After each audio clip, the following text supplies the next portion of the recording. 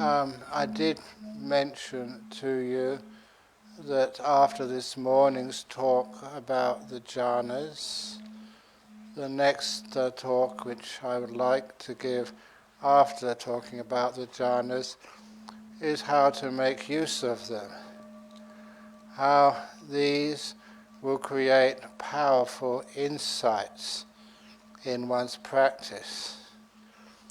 Now, I'm going to go back first of all to the 16 stages of anapanasati.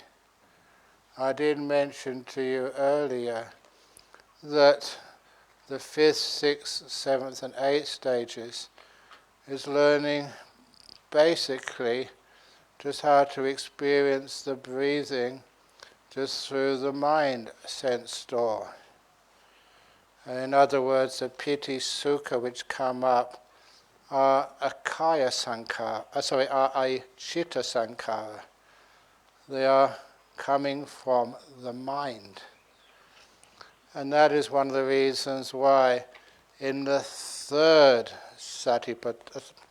anapanasati tetrad, stages 9, 10, 11 and 12, it is said by the Buddha in the Anapanasati Sutta that those 4 factors, the 9th, 10th, 11th and 12th factors of anapanasati, fulfill the satipatthana of knowing, investigating, being mindful of the citta, of the mind.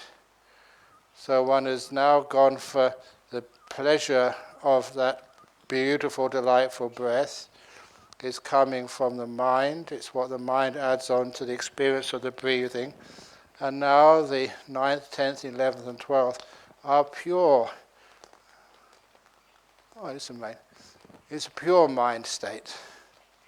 Say pure mind state, getting close. Because the 9th stage of anapanasati is experiencing the mind. The 2nd state of anapanasati is what I translate as beautifying, energizing, is giving confidence to what you're experiencing. And the 11th stage of anapanasati is samadhahang cittang, stilling that mind.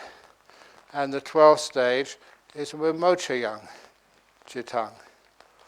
And as many of you should know who read the Pali, even though the word vimochayang is like a participle, the word vimocha, when we talk about meditation, nearly always refers to the jhanas. They have, for example, the 8 vimochas, all to do with jhana. And so I interpret this, and I believe it's valid. This is where the 12th stage of anapanasati is learning how to enter the jhana. That's what it means. That's why it's a complete practice. And just to add Ajahn Brahm's interpretation, I don't see how anyone can really perfect the 3rd satipatthana, the citta, understanding, without knowing jhanas. I don't think it's possible. Have a look in the Satipatthana Sutta on what it's supposed to mean, understanding the citta. You have to know the citta with the defilements or with the hindrances, and those which are free of the hindrances, those in the jhanas. So you can't really fulfill that satipatthana without experience of jhana. But that, by the way, after those first 12 stages of anapanasati, there's a further 4 stages. That is experiencing or understanding anicca, understanding viraga, understanding nirodha, understanding patinissagga. What do those mean in the context of anapanasati and the idea that the 12th stage is experiencing jhana? This is what one does after one emerges from jhana. This is how the anapanasati encourages you to do a complete practice, which leads to great insights happening. So when they mention anicca, what does that mean? And please put aside this understanding it means rise and fall, rise and fall, rise and fall. It does not just mean rise and fall. That's a superficial understanding of anicca. You look in for example, the Satipatthana Samyutta. It explains exactly what that means. You're supposed to understand not just these things come and go, but why they come and go. To identify the causes. And to understand, once you can see the causes which make things like rupa arise and sustain it, and when those causes are removed, things like rupa vanish. To see the causes of Vedana, Sanya, Sankara, actually that's the khandhas. To see the causes of Vedana, the causes of citta, to see what causes citta to arise, to see what causes citta to fade away. And this is even more fascinating, because many people feel that the citta, or some form of it, is permanent, will last forever, a cosmic citta, an original mind, a thing which is somewhere, somehow, but never disappears. And this means you have not yet properly understood the causes for a citta and why it disappears. Now that is a specific, important understanding and insight which has to happen if one is going to claim to be a stream winner even. No stream winner will ever say there can be a type of mind, an awareness, a knowing, which can persist forever and can be there after parinirvana. That is an impossibility. However, that is such a strongly held view of many people, even meditators for many lifetimes, it's very hard for them to discard. Now, so first of all, one has just been in a jhana. One now emerges from that jhana.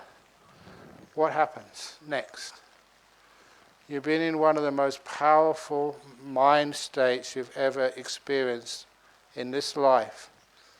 I say many people, they can get a spontaneous experience of jhana, and mostly it's because they've done jhanas in a previous life. Now, just to stir you up a little bit, there was this young boy. His experience is quite well known now. He's only about 6 or 7 years of age. He hadn't learned anapanasati. I don't know what his virtue was like. He certainly hadn't listened to any Dhamma. But he spontaneously got into a jhana while sitting under a rose apple tree, watching his father. His name was Siddhartha Gautama. That story. How on earth did that happen? I'll tell you why. Well, a most compelling explanation for it. That someone, even though I'd read this sutta before, sometimes you can read these suttas and not get their full meaning until somebody just points out something which surprised you. And that was in the sutta called the Gatikara Sutta. I think it's somewhere around 64, Majjhima Nikaya or something, somewhere around there. But anyway, in the Gatikara Sutta, the Buddha was walking with Ananda and smiled. And then Ananda asked him, why are you smiling? And then the Buddha sat down and said, in this particular spot, there was this man called Gatikara in the very many years ago, who was a potter. He was a very simple man, but he was the senior lay disciple of the Buddha Kassapa. And Gatikara was anagami. And he did not ordain as a monk with the Buddha Kassapa because his parents were blind, and Gatikara was the only person who could support his parents. And Gatikara, even though he was a potter, he would never sell his pots. He would put them on a bench outside and say anybody can take any pot they want. If they want to leave some beans or some rice, they're welcome to. Even though he needed those beans and rice to feed himself and his parents, he would never sell anything. And I always remember this. This was an anagami. He was a layperson. But even he saw the dangers of buying and selling. These are things which monks and nuns should never do. Even lay people who are anagami saw the danger in that. But anyway, Gatikara had a best friend called Jotipala. And Jotipala was not interested in spirituality or meditation. When Gatikara invited his best friend, let's go and visit the Buddha Kassapa, Jotipala said, why should I go and visit that shaven-headed good-for-nothing? It was unkind words, inappropriate words towards the Buddha. But Jotipala said that many times. And then Gatikara knew if only he could let his best friend see Kassapa the Buddha, then I'm sure he would get so much confidence and faith, he wouldn't speak like this ever again. And so eventually, Gatikara tried to drag his best friend by the hair to see the Buddha Kassapa, which was an inappropriate thing for anyone to do, to drag people by the hair. And so Jotipala said, hold on, I don't know who this Kassapa fellow is, but you really, really, really want me to go and visit him, don't you? Yes! Okay, I'll go. So Gatikara and Jotipala went to see the Buddha Kassapa. And the Buddha Kassapa so inspired Jotipala that Jotipala said to Gatikara, this is brilliant, why don't you ordain and become a bhikkhu? And Gatikara said, you should know I've got to look after my two parents. So Jotipala said, okay, I will become a bhikkhu. And Jotipala ordained as a bhikkhu under Kassapa the Buddha. And then they said a few more things in this sutta, but towards the end of the sutta,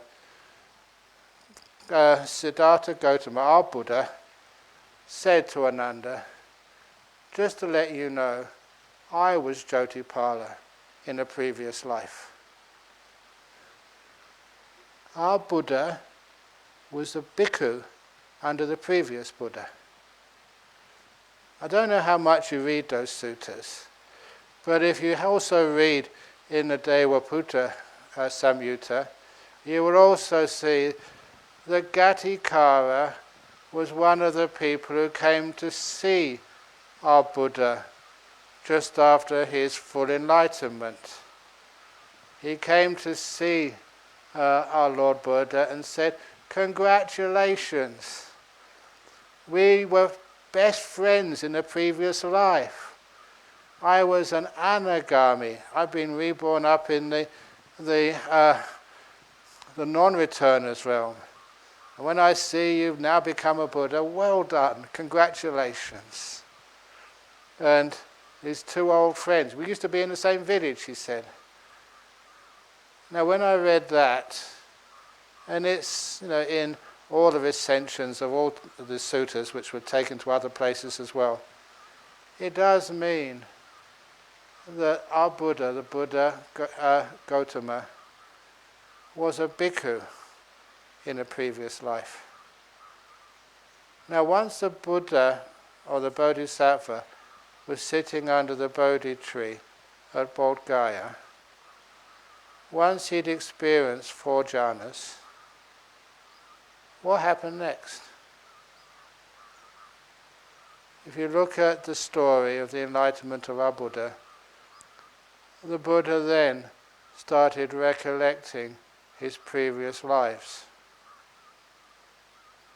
One of those lives would have been with the Buddha Kassapa. Where did you think he found some of the Dhamma? All Buddhas teach 4 noble truths.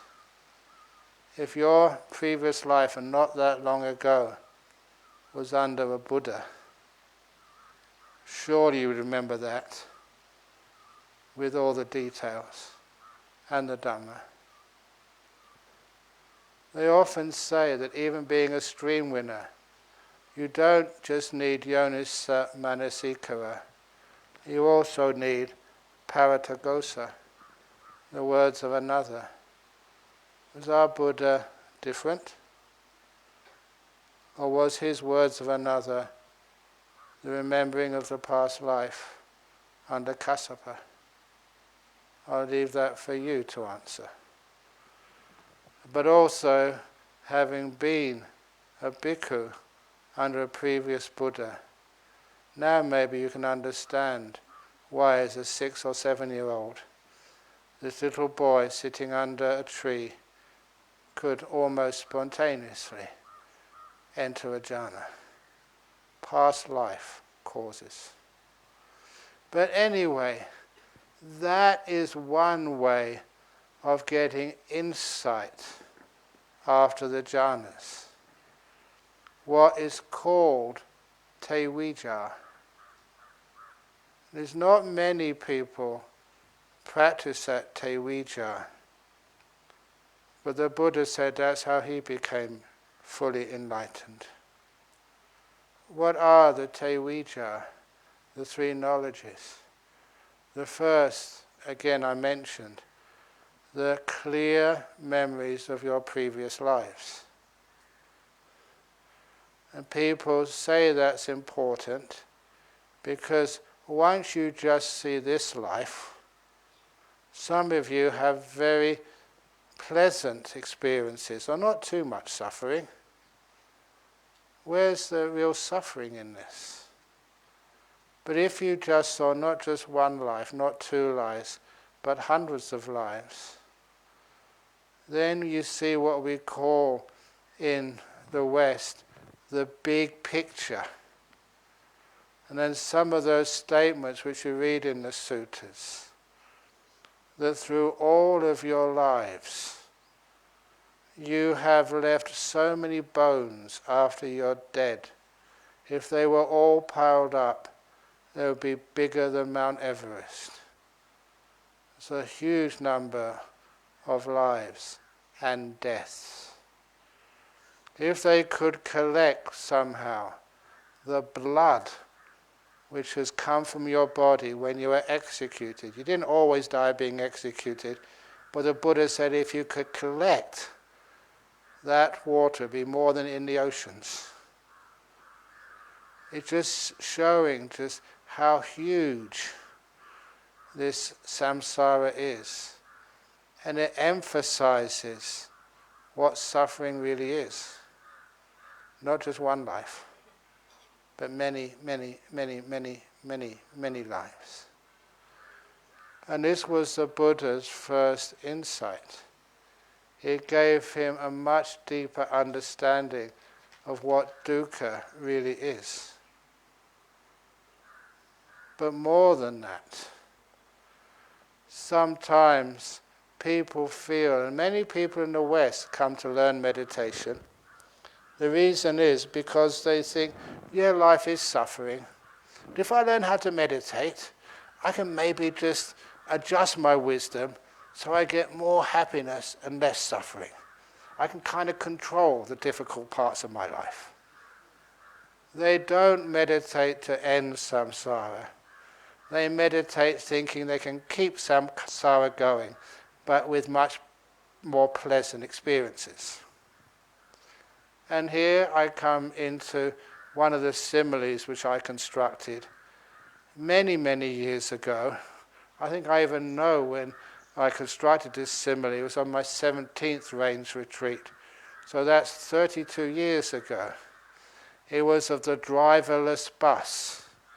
At that time, not even Google existed. So no one had any idea that things like vehicles could be driverless. But nevertheless, I developed the simile of the driverless bus, saying that life can sometimes be compared to being in a bus. That's your journey through life. And you've got one of the most stupid bus drivers. Sometimes you go through very, very beautiful scenery, tea plantations, wonderful rolling hills, waterfalls, lakes, so beautiful and scenic. And you ask your bus driver, slow down, I want to enjoy this. And what does your bus driver do? He puts his foot on the accelerator and speeds out. The happy times of your life don't last as long as they should. Are you enjoying this retreat? It's almost finished. Where did that time go? And when you're going through some miserable experiences in your life, you're going through toxic waste dumps. You're going through scenery which has been bombed and shelled by cruise missiles for such a long time. It's just really depressing. And what did you ask for your bus driver? Get out of here as soon as you can. And what does your stupid bus driver do? Slams on the brakes and parks. That's just a metaphor about life. Why is it that the suffering lasts too long? And the happiness, the contentment just goes so fast. So many people feel that the spiritual life, this is a superficial feeling, but nevertheless they feel that if I can only train my will to have more kindness, more metta, more wisdom, then I wouldn't need to suffer so much. And many people start their monastic life like that. But then, in order to control your bus driver, he's got a name, by the way. His name is Will. Will is actually a name which people have. But Will also means Jadana. You have to find the bus driver's seat. All your choices, your will, your Jadana, where does it come from? And when you find the bus driver's seat, you find that in the second jhana. That's where you see will has disappeared. It was never there anyway. But you see the seat. That's one of the great insights which is almost impossible to miss in the second jhana. There's no will. You're still aware, you're alive, you're conscious. There's no way you can will anything.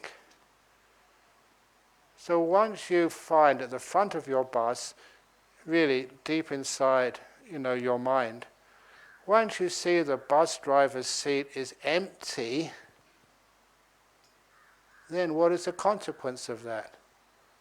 What is the insight which happens once you see this will is not yours, totally conditioned, and subject to disappearance?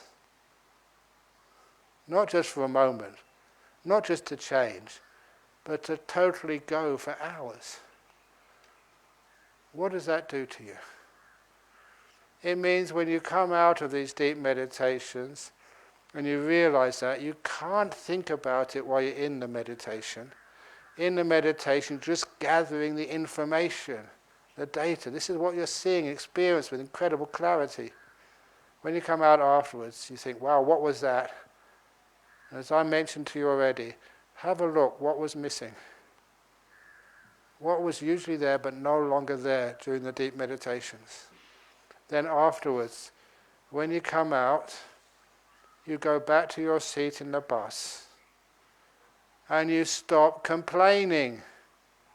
There's no one to complain to tell your bus driver, get out of this illness, this sickness which is ruining my health. Please, let's have another week of meditation here. I'm enjoying it. You say nothing like that because it's just words which no one will hear. There is no one in your bus driver's seat.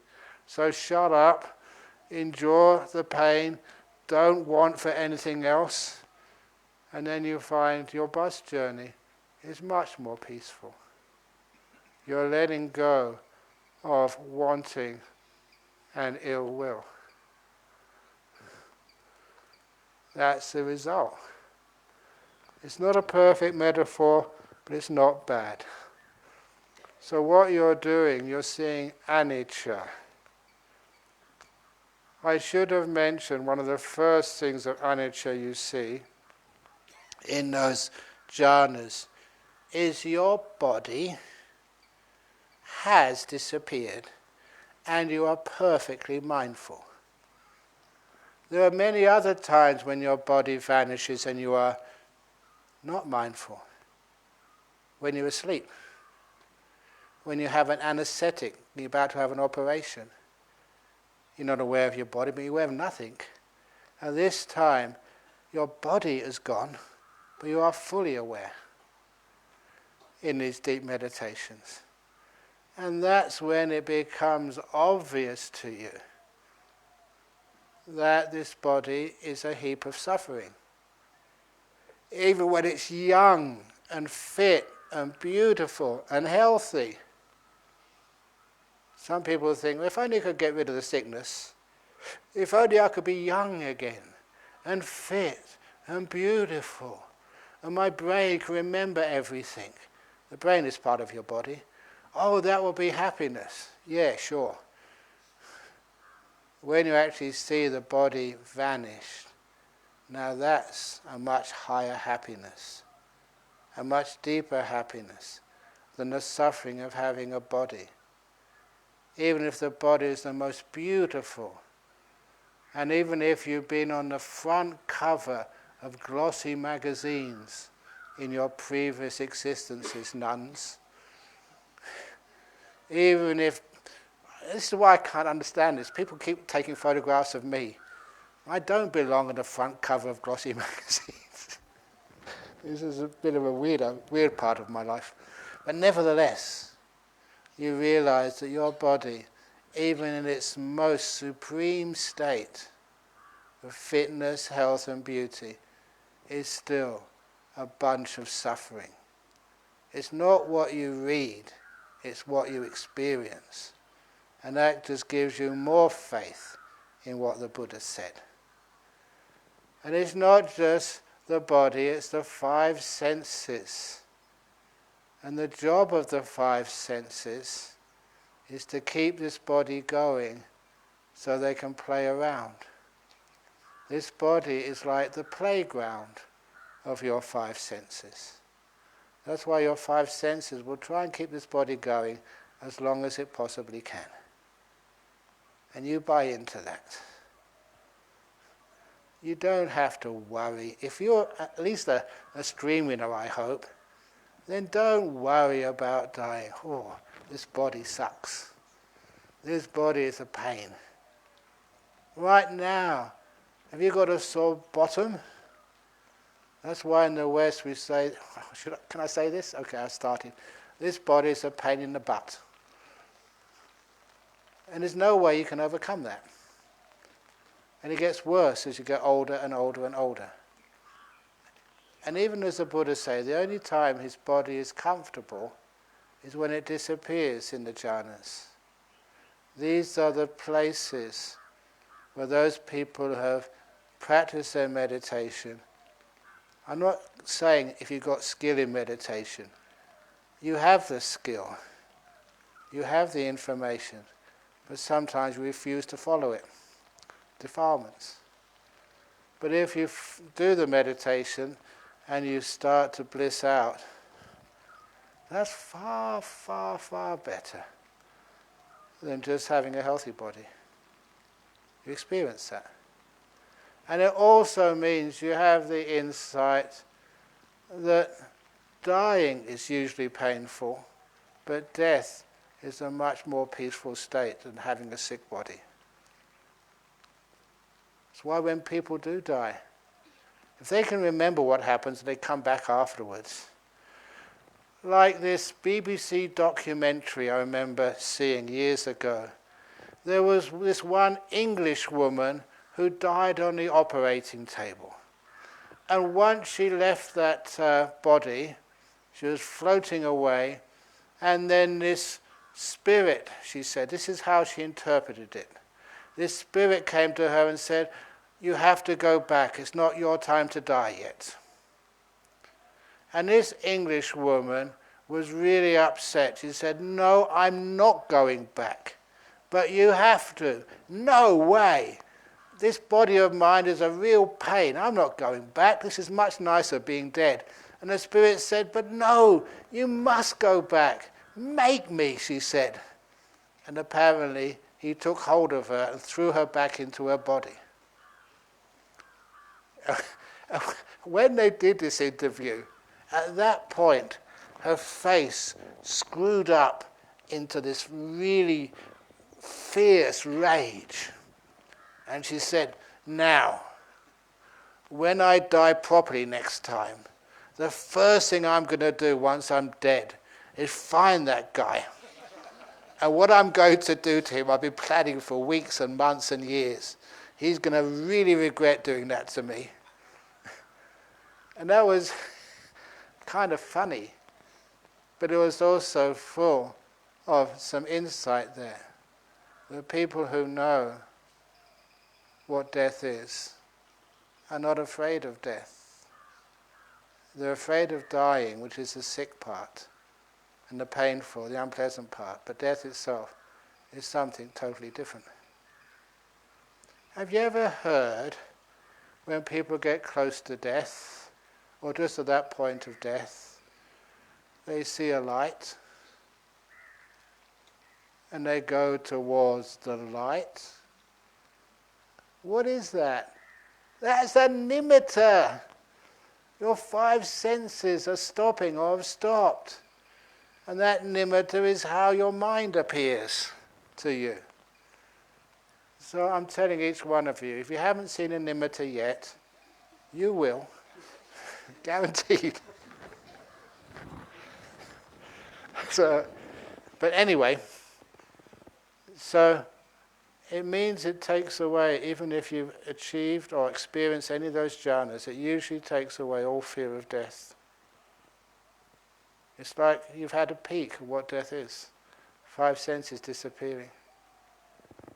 And number 2, it's the bliss. What you're experiencing is the joy of these 5 senses in the body disappearing. It's like this big weight has been taken off your back. You're light, you're free of this body and the 5 senses and all the concerns which go with it.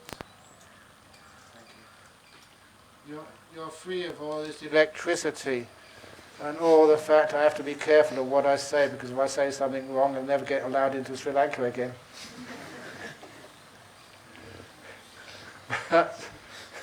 Is that okay? It's recording? Yeah, good. Okay, so I'll be careful now. So that you feel why this body is suffering.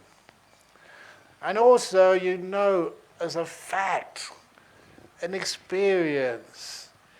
It's also, I should say, that in these jhanas, the 5 hindrances are gone. So you are not distorting your cognitive process. What you see is not what you want to see. It's what's real. You can't hide anything which is challenging to you. It's clear perception, clear knowing. It's truth. And it's a weird thing for me to say, but it is the case that when that doubt and those hindrances which pervert and distort perception are gone, you know they're gone. You're seeing in a totally, or hearing, knowing in a totally different way, with clarity. And so, you know that this is what happens when the 5 senses are gone. You've got the chitta, the mind, whatever you wish to call it. And even the Buddha, when he was saying that this is anyone who believes that there's a type of vijnana or a type of mana or a type of chitta which lasts forever, is wrong view. If you want to look it up, it's wrong view number 8. And what I picked up from that was not the fact it was a wrong view, but the Buddha did the word va, which means awe. Whatever people call the mind or the heart or the citta, because human beings, we're not lawyers, we're not trained in philosophy. Sometimes we use words loosely, which whatever you think is the essence of you. You can call it a soul, you call it atta. Oh, I should have mentioned this. Are there any people from New Zealand here? Any New Zealanders? That's strange. But anyway, there was this very famous New Zealander called Rutherford. And he was known for splitting the atom. And that was at Cambridge. He got a room, so this is where Rutherford split the atom. The atom is a Greek word meaning indivisible. It was supposed to be the fundamental particle of matter, the essence of the rupa khandha, according to the Greeks.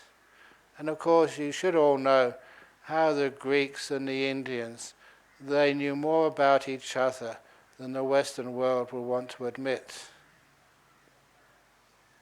But Rutherford wasn't the first person to split the atom.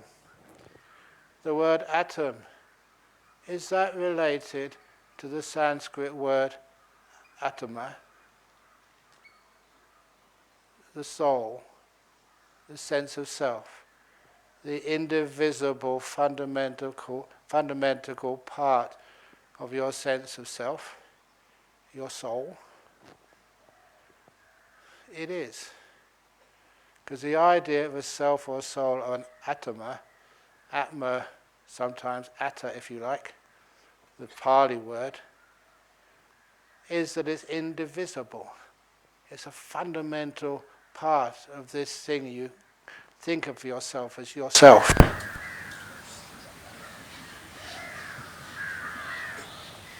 it going to come back again?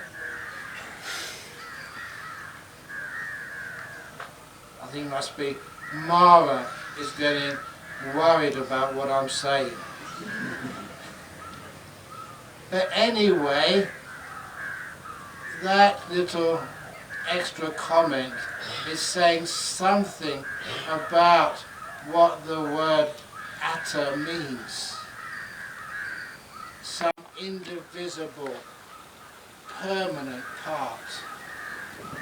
When you see some of that disappear for long periods of time, and you are still aware, that is showing that something like will, chaitana, choice, cannot,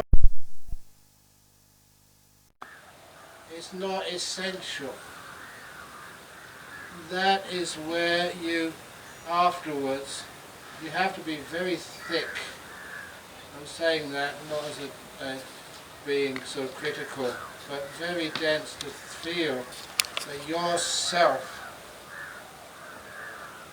can have a sense of doing, a will. And I've often taught that the two essential parts of the view of an atta, of a self, is first of all the view, the first essential parts of atta is the will and the knowing. Basically the sankhara khandha and the vijnana khandha. As far as the vijnana khandha is concerned, do you really know what vijnana is? The 6 vijnanas. You studied them. You can give a talk on them. But do you really understand them through experience? And that is where they're trying to teach in a way where people can understand. You try and make similes up as accurate as you possibly can. And this is where I developed the simile of the tadpole and the frog. Imagine a tadpole born in the water. Thank you. Imagine a tadpole born in the water, grown up in the water, lived all its life in the water. Can that tadpole understand what water is? Of course not. It's always there. But then the tadpole one day grows legs and arms. It transforms into a frog. And that tadpole probably doesn't know what it's doing. And then it jumps. And it lands outside of the lake on dry land. And that is weird. It's actually quite shocking. If that tadpole knew what it was doing, it would be too scared to even try to jump. Something which has always been there is now missing. Water. Now that frog, used to be the tadpole, has an opportunity to understand what water is, or what water was. That strange substance which is no longer there. That substance which it didn't even notice because it's always there, has now anicca. That is the deeper meaning of anicca. Something always there which disappears and vanishes. To make it clearer to you, anicca is not seeing a TV screen or a computer screen and seeing sometimes there's an image on it, sometimes there's no image on it. Sometimes the image changes. It could be an email, it can be a documentary, it can be anything on that computer screen, and sometimes it's turned off, it's blanked. But have you ever been watching that computer screen and seeing it totally disappear? There's no screen at all. No blank screen, no screen with any colour or images or messages on it. It's totally gone. That's anicca. Things which shouldn't disappear, but have. Or your 5 rupa khandhas.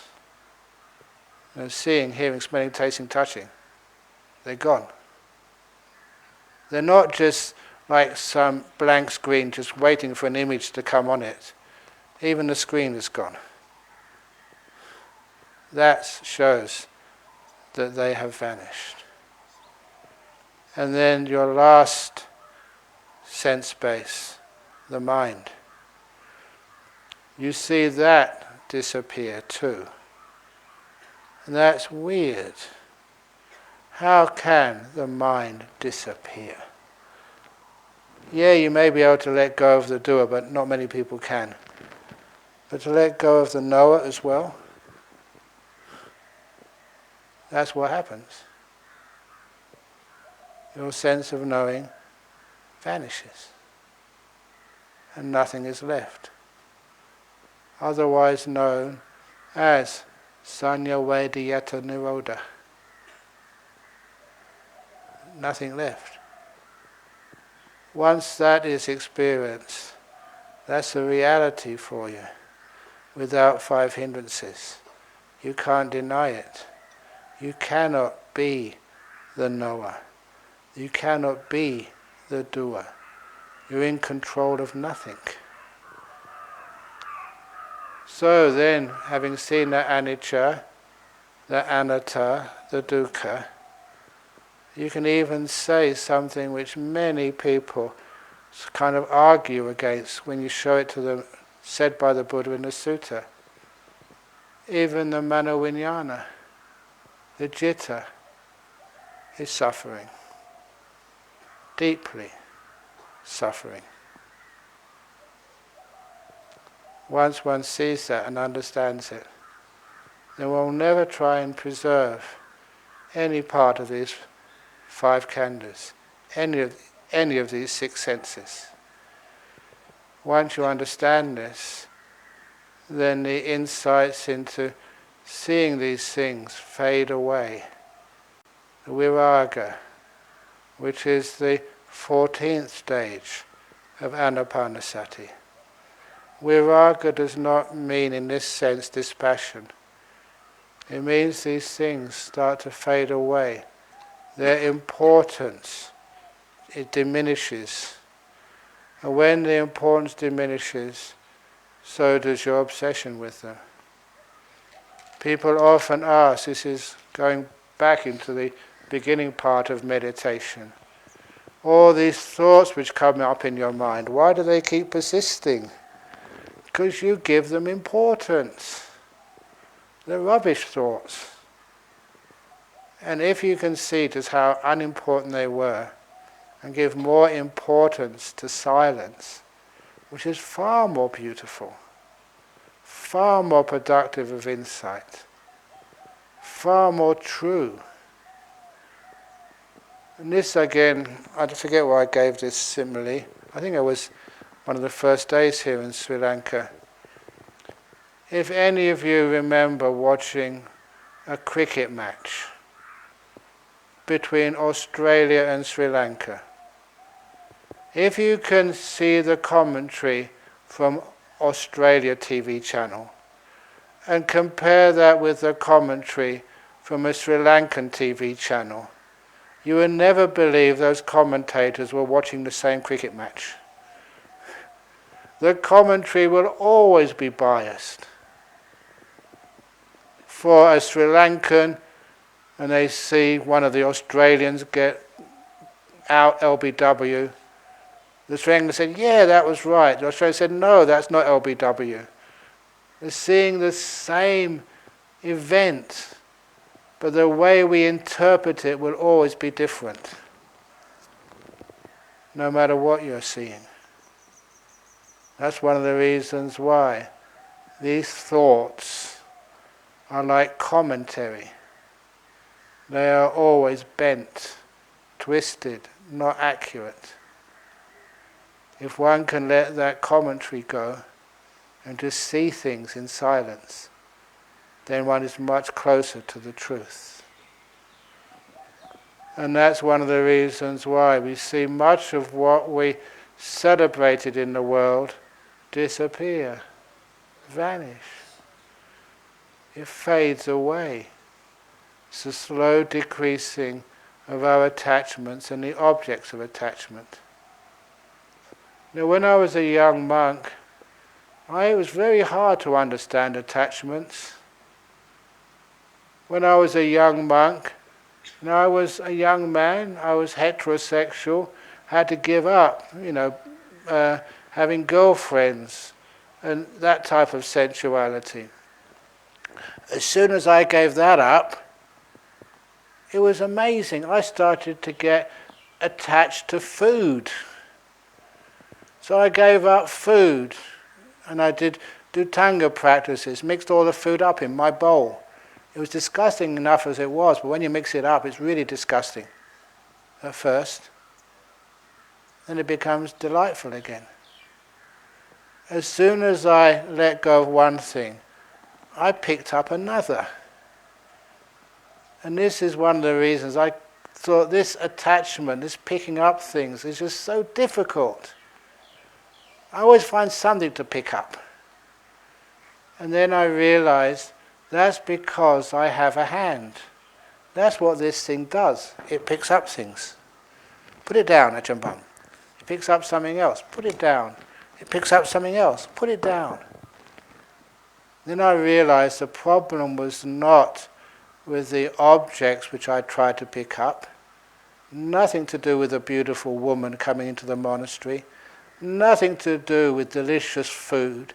Nothing to do with a wonderful piece of chocolate to eat in the afternoon. Nothing to do with what I was picking up. It's because I had a hand. And I realized the only way to let go of attachments is to let go of that thing which does the attaching. Your mind and its will. And I thought, and I explained that many times in talks, to cut off the hand, cut off the doer, cut off this thing which thinks it owns stuff.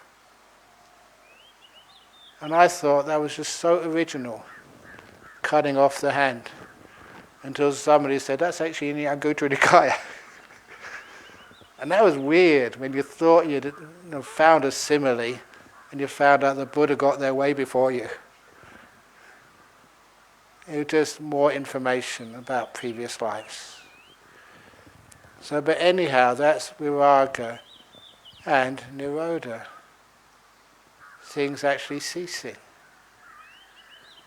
Not just things outside, but things inside of you. This end of attachment, this end of craving, what's doing that craving? What's doing that attachment? What's doing that suffering?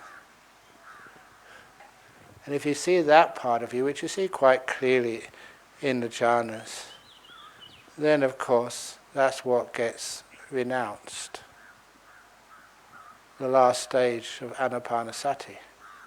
You renounce patinissagga.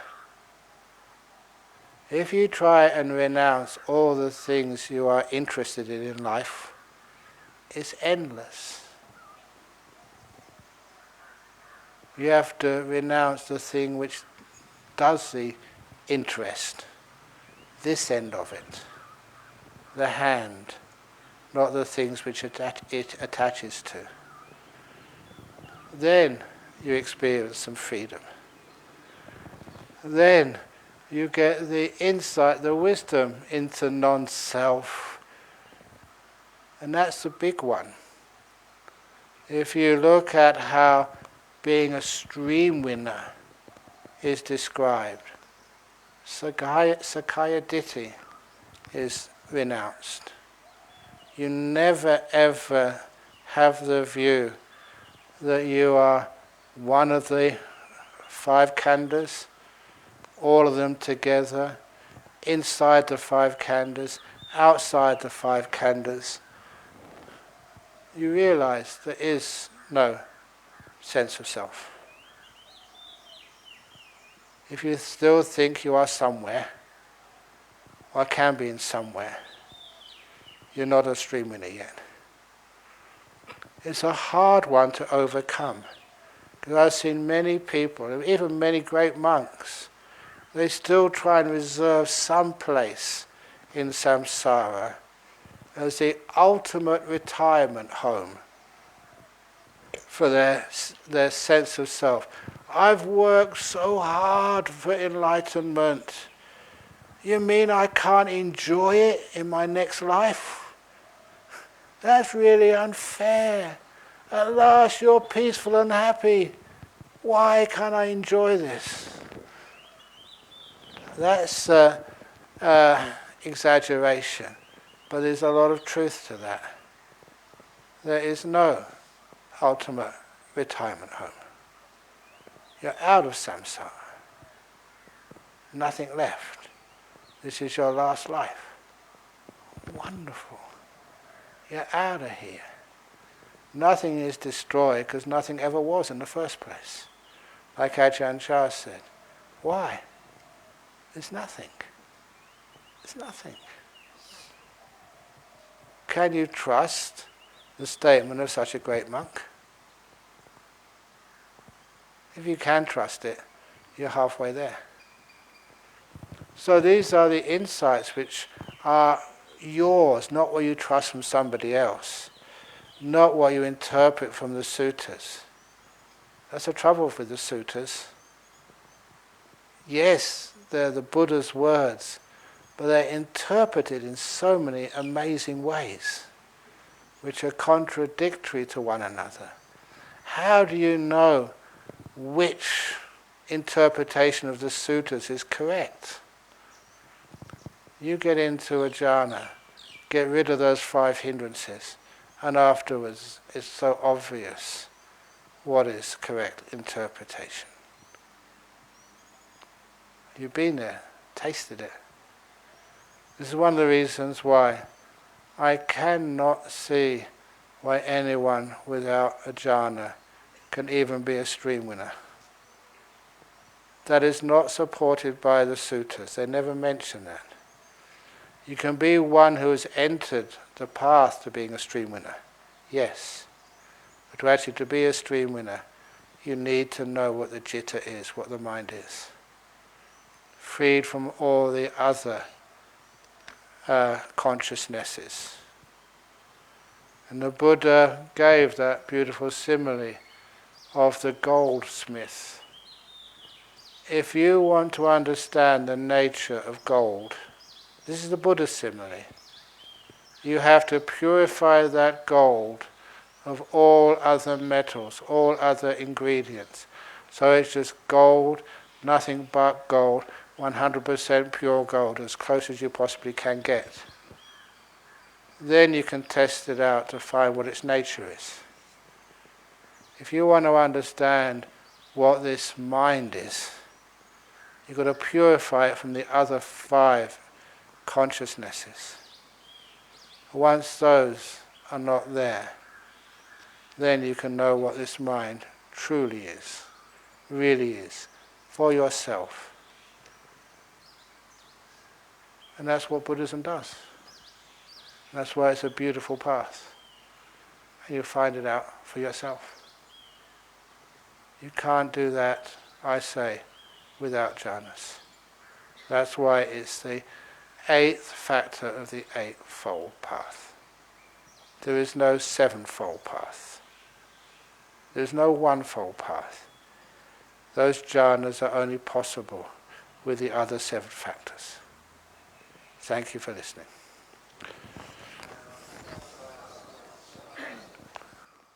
Excellent. Any questions, what you don't agree with, or something which didn't make sense to you, in the question box for this evening. Have a nice afternoon.